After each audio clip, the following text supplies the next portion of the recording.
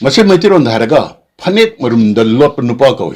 Asigamba dok kigin mamina ne thongna pharaba maitai nong sa mayam gi leader oiragadi khagjadaba lebakini tokle mayam se masi longhuina ningthau oiradi nong sa mayam longhui wole haibe dabaina akhoi adamaina kigin mo oradi maitai gi ne maitai nong sa haibe gunji masi mangrani masi su akhona khangjan ma phai hojik se akhoi nong sana kanano longhuina kanano amasung saning hanbana kanano khandok trabadi maitai mut ki ba khangoroyo Moreover, Thamjaning Wafamna, Laibak Ningba Rajniti Wala, Amazon Siaso Karana, Sandan Lambi, Amazon Karabara Moina, Laibak Ningwas Tokpiro, Shana Ningbiobo, Sandan Lambi and Ningwas Koyam Ure, Isu Koti Tiraga, Yona Yubi Kon Badona, Kon Basiori, Sindana Manipur Kanduniana Kanao Segai Hill Lao.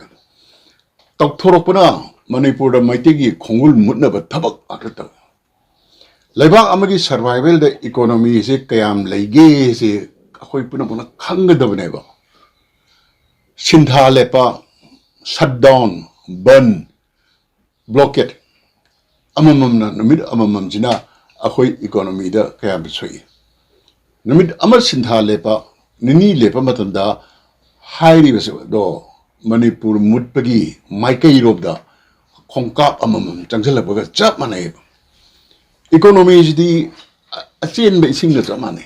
Ising the Chili fresh way, stagnant heck where Pamatanda ising the Pumdere. Manipur economy am Patre, economy say collapsed on a Pumang Mangi Base, Masi Akoi Levaxi missing young Hingwa. Bazar Kachin Pambising performed the Tari of watching the Mundi in view. Lupa Chamta Nikitan Targa Yom Yawi, Sanga Yawi, Yam over the Lissing of Manimi. Madri Kras Sitlaga, Sendo Wina, Yank Lupa Yankima Tarama, La Karamna Sabri Sanga, Puraga Satkina, Mayum Takador neighbor, Magi income would never. Maro Sintana in Mangani Toy Lepsele, Humni Lepe, Atarani Lepe. Sida Manipur economy the camp says a cannon of Gamu the Lebak Nin Munateba. Any function of the bazaar to ever Hanatela ever. Masi Egoniam not painful way, Masito we are there. Mafiama the Gengi Wakaluna Lebak Sebata, what's another Yaroy. Yanadaba Migi Mayum the Tomjilaga, Amangata Tohanba, me poo wagi video target penasigba. Masipuno Chikari in Wintorise.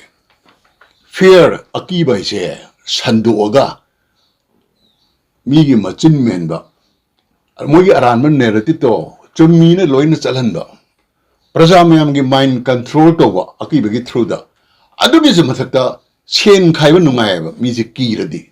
Chen Karagalebak Sevata, no day.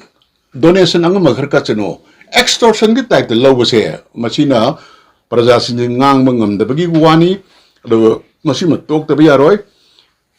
Masi talk to the Mighty Mutle Hana low yare. Manipur's Hendam Irang Sagat Nava. Aranman Sendang Irang.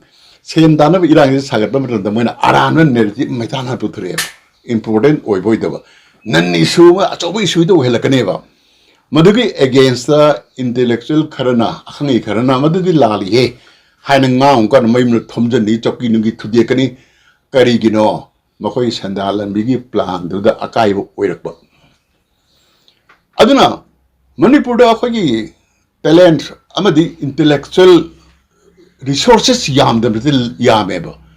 Moimana, assuming Nangzerpado, Kihelaga, Video Namaga, La Lene Sendole, Raga Wakan Tamina Grey.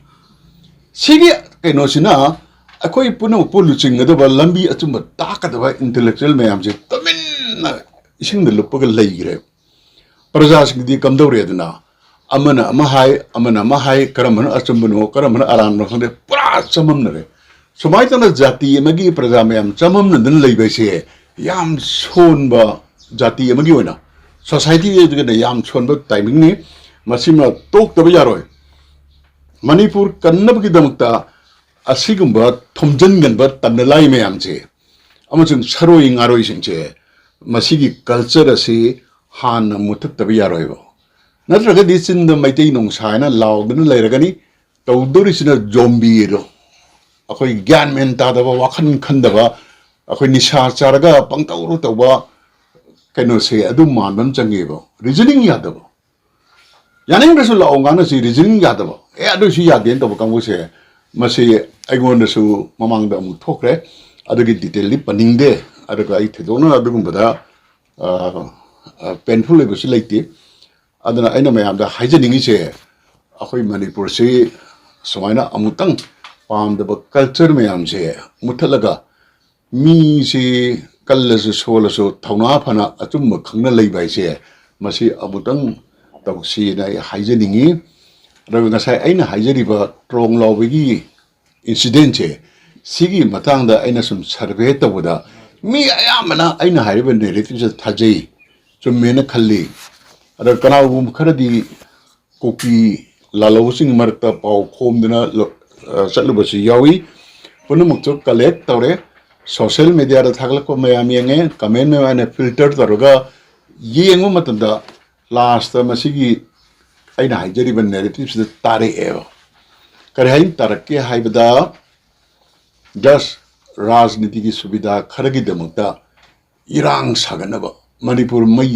ꯆꯥꯛꯅꯕ ꯑꯩꯈꯣꯏ innocent ꯑꯣꯏꯕ ꯑꯉꯥꯡꯅꯤ ꯍꯥꯠꯇꯣꯛꯄ ꯉꯝꯃꯦꯁꯦ ꯃꯁꯤ ꯑꯩꯒꯤ ꯀꯟꯀ꯭ꯂꯨꯖꯟꯅꯤ ꯃꯁꯤ ꯃꯤ ꯃꯌꯥꯝ ꯁꯤꯌꯔ ꯇꯧꯕꯅꯤ ꯀꯤꯕꯗꯒꯤ ꯉꯥꯡꯕ ꯉꯝꯗꯕ ꯑꯗꯨꯒ ꯑꯔꯣꯏꯕꯗ ꯑꯩꯅ ꯍꯥꯏꯅꯤꯡꯉꯤꯁꯤ ꯑꯦꯟ ꯑꯥꯏꯅ ꯏꯟꯚꯦꯁꯇꯤꯒꯦꯁꯟ ꯇꯧꯔꯤꯁꯤ ꯍꯥꯏꯔꯛ ꯀꯨꯏꯔꯦ ꯃꯈꯣꯏ ꯀꯔꯤꯒꯤ ꯄꯕ꯭ꯂꯤꯛꯇ ꯑꯞꯗꯦꯠ ꯇꯧꯗꯕꯅꯣ ꯑꯦꯄ꯭ꯔꯤꯜꯒꯤ ꯇꯥꯡ 10ꯗ ꯆꯥꯎꯔꯥꯛꯅ ꯑꯃ ꯍꯥꯏꯈꯤꯕꯗꯨ ꯅꯠꯇꯅ ꯑꯗꯨꯒ ꯂꯨꯔꯕ ꯁꯥꯊꯤꯁꯤꯗ ꯑꯦꯟ ꯑꯥꯏ ꯑꯃꯗꯤ ꯃꯅꯤꯄꯨꯔ ꯒꯣꯔꯃꯦꯟꯁꯨ ꯃꯁꯤ ꯄꯕ꯭ꯂꯤꯛꯇ ꯈꯪꯍꯟꯕ ꯊꯣꯛꯑꯦꯕ ꯂꯣꯠꯁꯤꯜꯂꯒ ꯊꯝꯃꯤꯁꯦ ꯀꯔꯤꯒꯤꯅꯣ ꯂꯣꯠꯁꯤꯜꯂꯒ ꯊꯝꯃꯤꯁꯦ ꯃꯣꯏꯅ ꯀꯟꯈꯠꯅꯤꯡꯕ ꯃꯤ ꯌꯥꯎꯕ꯭ꯔꯥ ꯄꯣꯂꯤꯇꯤꯀꯦꯂꯤ ꯀꯥꯏꯔꯛꯀꯗꯕ ꯋꯥ ꯂꯩ ꯈꯟꯕ꯭ꯔꯥ ꯑꯩꯈꯣꯏꯗꯤ ꯍꯧꯖꯤꯛ ꯈꯪꯅꯤꯡꯉꯦꯕ we demand to know what is the update ꯀꯔꯤꯒꯨꯝꯕ ꯅꯨꯃꯤꯠ ꯈꯔꯅꯤꯒꯤ ꯃꯇꯨꯡꯗ ꯑꯦꯟ ꯑꯥꯏꯅ ꯃꯁꯤ इन्वेस्टिगेशन मनुंग मोइना खंगन बे याई यादे लेरमनी खंगन बे याबा खरदी अखोई फोंगदोक तबे यारोय फोंगदोक तरगदी कॉम्पिटेंट कोर्ट अमदा चटलगा एनआई की इन्वेस्टिगेशन जे आई अपडेट तवने डिमांड तवनीबा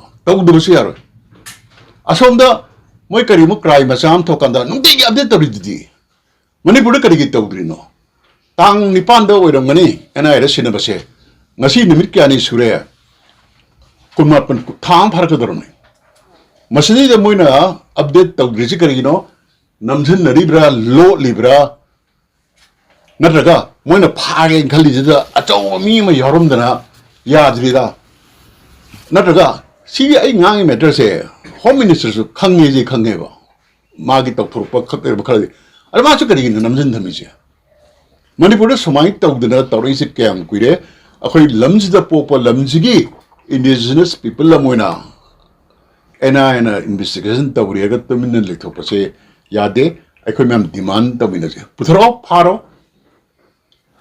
चार्ज थागलो विभम थोप पनिशमेंट पीरो सुमाइना हारगा आई मैम द वाफमजि थमजगे मथंग मथंग आई छिगी मतंगदा ngasa ina phangakpa evidence ma'am update तवजरखिनि स्टेप बाय स्टेप